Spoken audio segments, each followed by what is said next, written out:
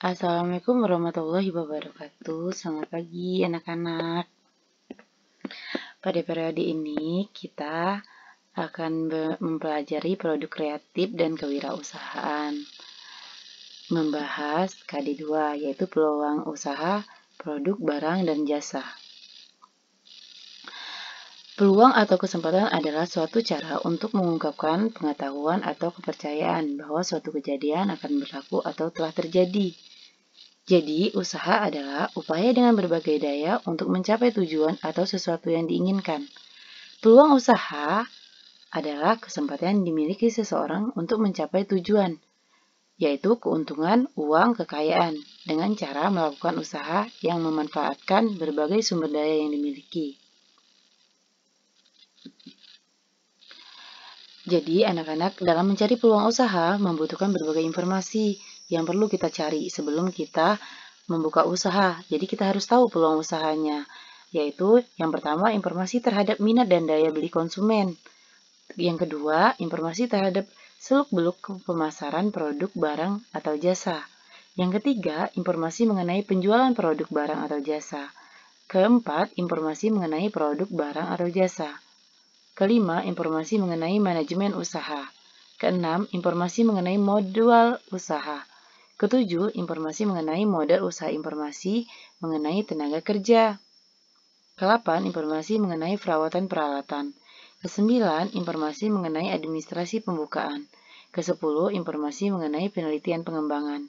Jadi dari 10 informasi ini harus kita cermati dan kita tahu. Kita cari dulu terlebih dahulu apa-apa saja tentang usaha yang kita akan buka, tentang informasi. Oh, apakah konsumen suka dengan usaha yang kita buka atau misalnya barang atau jasa itu dibutuhkan oleh konsumen atau masyarakat, ataukah produk tersebut yang sekarang lagi booming-boomingnya. Jadi kita lihat peluang usaha yang ada saat ini. Seperti sekarang masih pandemi, mungkin peluang usaha yang kita hadapi yaitu online, karena sebagian masyarakat dia tidak akan keluar dari rumah, jadi belanja dari rumah. Mungkin peluang usahanya kita bisa buka toko online, jadi bisa kita daftarin di Gojek atau di kurir. Jadi konsumen bisa belanja dari rumah, cuman ngechat, kita bentuk aplikasi, kita menggunakan teknologi yang lebih canggih. Jadi di situ kita bisa menyediakan barang-barang seperti sayur-sayuran atau bahkan barang-barang kering keperluan rumah tangga. Jadi sebenarnya ini sudah dilakukan oleh beberapa masyarakat dan mungkin mal-mal juga. Kalau mal, ibu pernah belanja di Chandra, langsung ngechat. Jadi kita buka Instagramnya Chandra, terus di situ ada alamatnya dan di situ ada pilihannya kita untuk ngechat WA Chandra atau ngechat Plaza Store-nya atau ngechat di bagian sembakonya. Itu bisa kita langsung chat apakah barang ready atau tidak. Nah, disinilah yang kita lihat bahwa peluang usaha sangat penting, apalagi di masa-masa pandemi sekarang. Selanjutnya, sumber informasi peluang usaha itu bisa kita dapat biasanya dari pemasaran dan penjualan, dari bagian pembukaan, ketiga dari pesaing, dari media massa, dari kedudukan perusahaan di pasar, dari hasil penelitian pasar, dari wilayah niaga, dan dari konsumen, dan lain-lain banyak lagi anak-anak. Maksudnya di sini dari mana kita tahu? Kalau ibu mungkin ngelihat dari sekeliling rumah ibu nih, ternyata di sekeliling rumah ibu nggak ada warung. Oh, bagus nih untuk membuka usaha. Kasian kan di tetangga-tetangga ibu, termasuk ibu, kalau misalnya mendadak habis garam atau habis minyak, harus ke warung yang di seberang jauh banget dan harus jalan, misalnya nggak ada kendaraan. Jadi bisa nih peluang usahanya untuk buka warung sembako atau warung yang lengkap lagi. Atau misalnya kita ngelihat nih dari berita, dari media massa lagi booming nih tentang Misalnya donat sekarang lagi booming donat bunting misalnya kan. Jadi kita bisa nih memanfaatkan teknologi lagi dari Instagram, Facebook, Twitter, TikTok, bahkan kan kita ngelihat di situ peluang usaha apa aja yang sekarang masih kita butuhkan. Atau bahkan bisa dari pesaing sendiri. Misalnya tetangga kita buka donat. Wah, kita juga pengen nih buka donat, tapi beda tempat atau beda wilayah. Misalnya lagi tetangga kita buka laundry. Jadi, kita juga pengen nih, beda juga lokasi. Mungkin kita ada strategi lagi nih, harganya berbeda juga. Jadi, sumber informasi peluang itu banyak sekali ya, nak ya. Nggak cuma 8 ini, tapi banyak lagi, banyak-banyak. Bahkan di sekeliling kita, kita tanpa sadar, bahkan di rumah kita juga ada nih, apa peluang usahanya. Misalnya, kita sering banget nih ngeprint untuk tugas-tugas, sedangkan di sekeliling rumah kita nggak ada rental. Bisa nih kita buka rental, cuman modal printer dan laptop. Kita bisa buka langsung kita pasang plang, insya Allah kalau memang belum ada, pasti laku. Selanjutnya, persyaratan utama untuk menggali peluang usaha. Nah, di sini dijelaskan yang pertama kerjasama. Jadi kerjasama itu misalnya kita membuka usaha itu tidak cuma sendiri pun kita sendiri juga masih butuh orang. Jadi kita butuh kerjasama antar karyawan kita atau antar pemilik dana, investor, atau antar keluarga. Jadi kita tidak bisa mendirikan usaha itu sendiri. Biasanya kita akan dibantu minimal sama keluarga kita. Kedua, optimisme. Jadi kita harus optimis, bukan kita langsung down. Aduh, tetangga rame. Gimana kalau saya buka? Takutnya nggak rame. Jangan kayak gitu, anak-anak. Soalnya jiwa kewirausahaan itu harus berani, terus percaya diri. Jadi kita harus, oh, dagangan saya harus laku, dagangan saya laku. Kalau saya ada barang yang baik, maka konsumen saya akan menerima dengan baik. Begitu, tanamkan selalu bahwa apa yang saya lakukan sekarang mungkin orang butuhkan. Nah, yang ketiga, mendengarkan saran orang lain. Nah, di sini ada masukan, misalnya dari orang tua atau dari tetangga atau dari siapa, kita dengarkan dulu masukannya. Walaupun kadang masukannya itu uh, tidak baik untuk kita, tidak sesuai dengan usaha kita, tapi kita dengarkan dulu, kita saring apakah bagus atau tidak. 4, keterbukaan, terus kreatif, bekerja kreatif, mengakui kesalahan sendiri dan percaya diri. Nah, misalnya yang nomor 7 ini yaitu mengakui kesalahan sendiri dan percaya diri. Misalnya kita nih dagang, udah jalan 1 bulan, ternyata dagangan kita ini sepi pelanggannya. Coba kita introspeksi diri. Apakah dari makanan kita ini, misalnya gorengan kita ini, pisangnya terlalu kering, konsumen yang dari beli nggak beli lagi. Kalau memang gorengan saya enak, pasti kalau konsumen beli, besoknya beli lagi, kayak gitu kan. Jadi di situ kita mengakui kesalahan kita dan memperbaikinya. Nah, di sini ada menurut Charles 4 unsur yang harus dimiliki wirausaha, yaitu work hard atau kerja keras, work smart atau kerja cerdas, antusiasme, kegairahan, 4 service, layanan atau pelayanan. Nah, di sini jelas di sini terlihat bahwa wirausaha itu harus kerja keras, kerja cerdas, kegairahan, dan pelayanan. Jangan lupa, pelayanan itu sangat penting karena konsumen kalau beli itu butuh pelayanan. Karena ada kan tempat kita beli misalnya penjualnya jutek, judes, terus kita nanya aja, baru nanya sekali, 2 kali udah judes gitu, ngejawabnya udah kayak mau ngejawab kayak enggak, itu nggak bagus. Jadi pelayanan kita harus humble, terus kita harus melayani dengan baik dan menjawab pertanyaan si konsumen dengan baik. Selanjutnya, anak-anak, kunci keberhasilan menangkap suatu peluang usaha diidentifikasikan oleh pengalaman dan pendekatan terhadap faktor manusia serta ditentukan juga oleh teknologi, komunikasi, dan informasi. Jelas di sini PKKWU sangat penting 6 elemen ini. Jadi, yang pertama itu perencanaan, penetapan, tujuan, adaptasi, inovasi, pemasaran secara konstan, tidak putus asa. Ini hampir mirip dengan sebelumnya bahwa perencanaan itu perlu. Jadi kita itu harus membuka usaha itu penuh dengan perencanaan, tidak asal-asal misalnya tercetuk di pikiran kita, oh saya mau buka martabak, besoknya kita langsung beli nih alat-alat. Kita nggak tahu nih kita mau buka di mana, apakah tetangga kita udah buka, apakah kita di pinggir jalan, sedangkan rumah kita di dalam gang.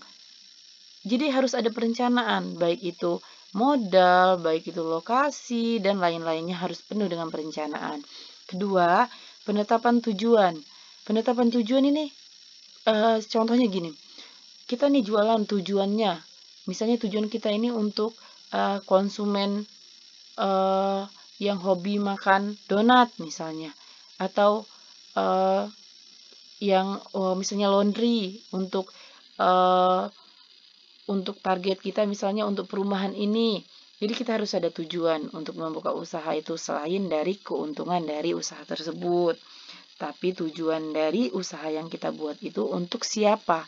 Konsumennya untuk siapa? Gitu. Ketiga, yaitu adaptasi. Adaptasi jelas, kita sebagai manusia memang adaptasi itu sangat diperlukan.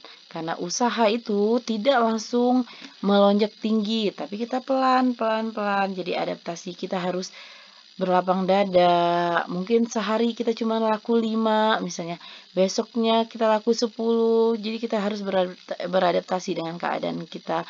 Tiba-tiba besoknya tidak laku, nah disitulah kita butuh adaptasi ini untuk menenangkan pikiran kita dan kembali untuk maju lagi. Keempat, inovasi. Nah, inovasi ini sangat dibutuhkan di usaha, jelas. Karena kenapa? Misalnya si bapaknya Andi, dia jualan misalnya roti bakar, dan roti bakarnya itu cuma roti bakar dikasih gula, dikasih coklat misalnya. Sedangkan bapaknya Cynthia nih berinovasi dia. Oh, saya maunya ada rasa tiramisu, terus saya campur lagi di dalam roti bakar tersebut boleh 3 macam rasa atau 2 macam rasa. Oh, misalnya ketebalan roti bakar biasanya 3 tingkat, saya maunya 4 tingkat. Nah, itu inovasi namanya ya anak-anak.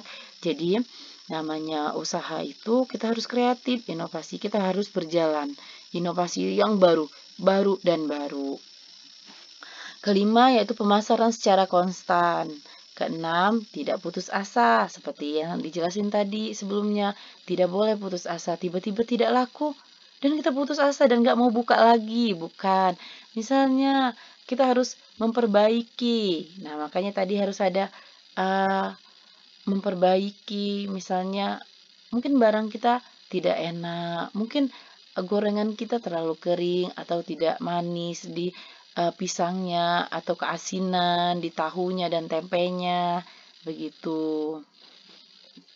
Selanjutnya, dari begitu banyaknya peluang usaha di sekitar kita, tetap tidak semuanya memiliki potensi yang menguntungkan untuk jangka panjang. Ya jelas itu.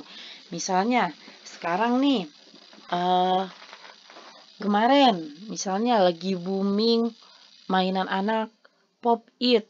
Nah, Pop It kemarin tuh banyak bener yang jual-jualan di pinggir-pinggir jalan.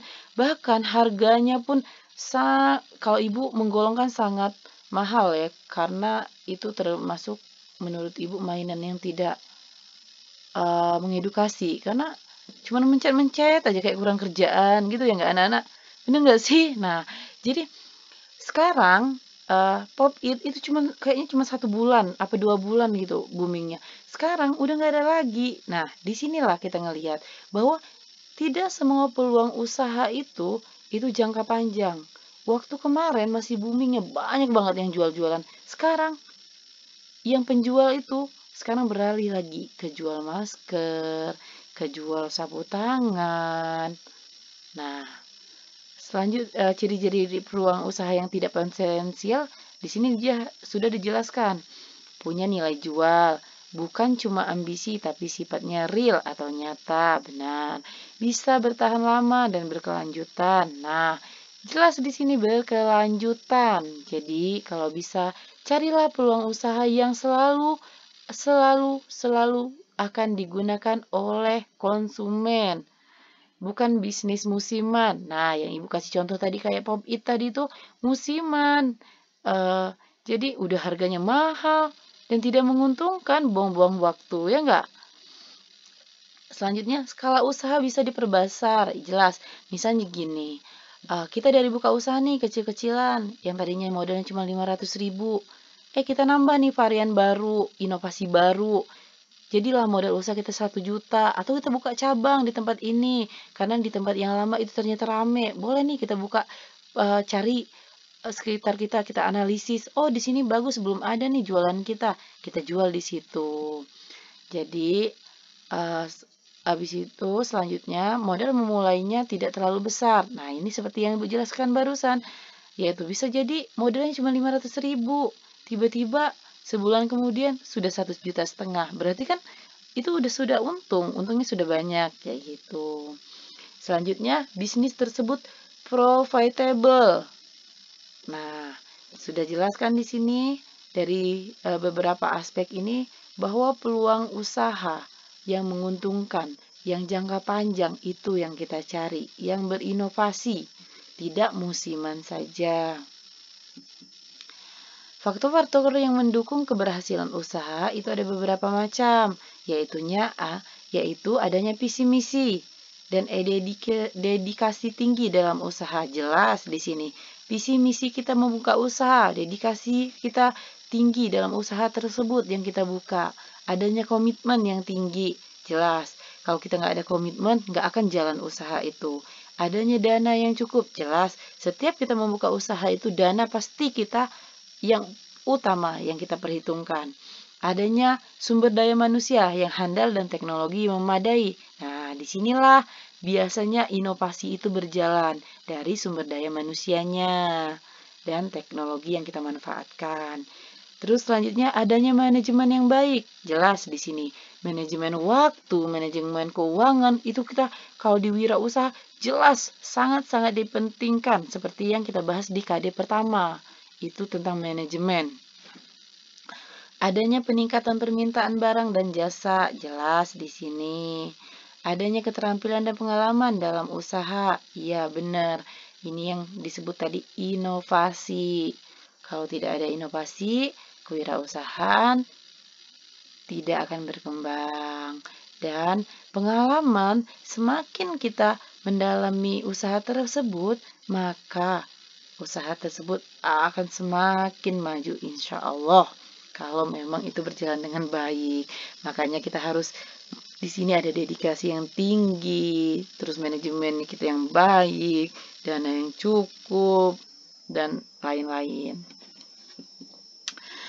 Terus selanjutnya di sini faktor-faktor yang menyebabkan kegagalan dalam menjalankan usaha. Kita berharap setiap usaha yang kita lakukan tidak gagal ya anak-anak. Jadi sebelum kita membuat usaha itu, kita harus sangat memikirkan faktor penyebab kegagalan tersebut. Yang pertama itu bisa tidak kompeten dalam manajerialnya, kurang berpengalaman baik dalam kemampuan tekniknya, kurang dapat mengendalikan keuangannya, gagal dalam perencanaan, lokasi yang kurang memadai, kurangnya pengawasan peralatan. Nah, di sini sudah kita bahas semua sebelumnya. Lokasi yang kurang memadai, jelas. Sebelum kita membuka usaha, kita harus tahu lokasi yang kita akan buka usaha itu cocok tidak. Tidak kompeten. Nah, di sini benar-benar yang kita butuhkan itu orang yang berkompeten dan manajemennya oke, manajemennya bagus sehingga nanti tidak gagal. Kurang berpengalaman baik dalam kemampuan teknik, ini bisa diperbaiki dengan belajar berinovasi dan berinovasi dan lain-lain ya anak-anak. Langkah-langkah untuk menjadi kewirausahaan yang sukses, ini ada beberapa dan menurut Waxon Kids Skill juga ada membuat usaha atau bisnis meraih kesuksesan atau keberhasilannya juga ada. Jadi ada visi dan tujuan yang jelas seperti yang sebelumnya, terus peluang pasar yang baik, keunggulan persaingan, kualitas barang atau jasa, inovasi, ini sama seperti yang sebelumnya, cuman ini menurut para ahli saja. Nah, dari yang Ibu jelaskan ini, Ibu mau kalian rangkum dan kalian kumpulkan maksimal hari Minggu jam 9 malam di LMS. Dan Ibu mau absennya tolong komen di bawah ini ya. Kasih keterangan kelas dan namanya. Terima kasih. Selamat belajar dan selamat mencatat. Sampai jumpa di periode selanjutnya.